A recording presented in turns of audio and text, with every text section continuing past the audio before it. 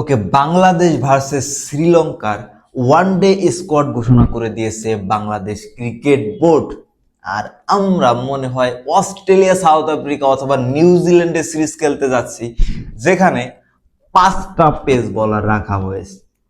মানে শ্রীলঙ্কায় আমরা খেলতে যাচ্ছি যেখানে নাকি 5টা পেস বোলার লাগবে। যাই হোক, আমরা স্কোর নিয়ে কথা বলবো আর একাদশ কেমন হতে পারে সেটা নিয়ে আজকে একটু কথা বলবো। ফার্স্ট অফ অল যদি বলতে হয় তাহলে আমাদের স্যার নাইম শেখ 2 বছর পরে ওয়ানডে টিমে ব্যাক করেছে। লিটন দাস ব্যাক করেছে তানভীর ব্যাক করেছে নাসুমের জায়গায়, আর লিটন দাস ব্যাক করেছে সৌম্য সরকারের জায়গায়। আর আমার সব থেকে অবাক লাগছে যে প্রথমে বললাম যে 5টা পেস বোলার কিভাবে এই স্কোয়াডে থাকে, যেখানে আমরা খেলতে যাচ্ছি শ্রীলঙ্কার সাথে, শ্রীলঙ্কার হোম সয়েলে। ওকে, মুস্তাফিজুর রহমান, তাসকিন আহমেদ এরা কিন্তু মেইন 11-এর প্লেয়ার, তারা সবসময় স্কোয়াডে থাকবেন, 11-এ থাকবেন। Okay fine, but Tanzim Hossain Sakib এবং হাসান মাহমুদকে নিয়ে আমার একটু ডাউট আছে যে তারা কি আসলেই ভালো পারফরমেন্স করতে পারবে ওডিআই ফরম্যাটে। তাদের বারবার সুযোগ দেওয়া হচ্ছে। এখানে আমার পার্সোনালি মনে হয় যে সৌম্য সরকারকে ওডিআইতে আরো একটা সুযোগ দেওয়া উচিত ছিল, বা ব্যাকআপ হিসেবে তাকে রাখা উচিত ছিল।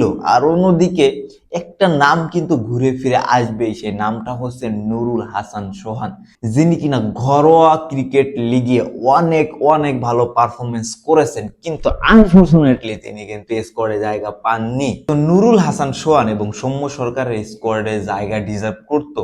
এখানে 5টা পেস বোলার নেওয়ার তো কোনো মানে নেই। এখানে হাসান মাহমুদ অথবা সাকিবের বদলে নুরুল হাসান সোহান অথবা সৌম্য সরকারকে নেওয়া উচিত ছিল বলে আমি মনে করি। পার্সোনালি আমি মনে করি, কারণ শ্রীলঙ্কার মাটিতে 5টা পেস বোলার ভাই লাগবে না, ব্যাকআপ হিসেবেও লাগবে না। এখানে আপনি একটা ব্যাটসম্যান অথবা একটা স্পিন অলরাউন্ডার নিতে পারতেন। ওকে, এইসব যদি আমরা বাদ দেই, এরপরে যদি দেখি আমরা প্রথমবারের মতো মেহেদী হাসান মিরাজের ক্যাপ্টেন্সিতে মাঠে নামতে যাচ্ছি। আই হোপ যে একটা ভালো শুরু করতে পারবো আমরা।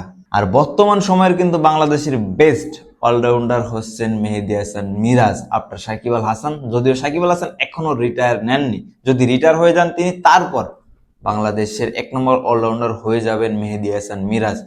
আর আই হোপ যে মেহেদী হাসান মিরাজ খুব ভালো করবে তার ক্যাপ্টেন্সিতে, বেটার দেন শান্ত। তো এই সবকিছু যদি বাদ দেই তাহলে বাংলাদেশ ক্রিকেটের জন্য শুভকামনা রইল, এই সিরিজের জন্য শুভকামনা রইল, কারণ এটা একটা ক্রুশাল সিরিজ বাংলাদেশের জন্য। আপনার কি মনে হয় বাংলাদেশকে এই সিরিজ জিততে পারবে? অবশ্যই কমেন্ট বক্সে জানাতে পারেন। আর সবাই ভালো থাকবেন, সুস্থ থাকবেন, কিপ ওয়াচিং।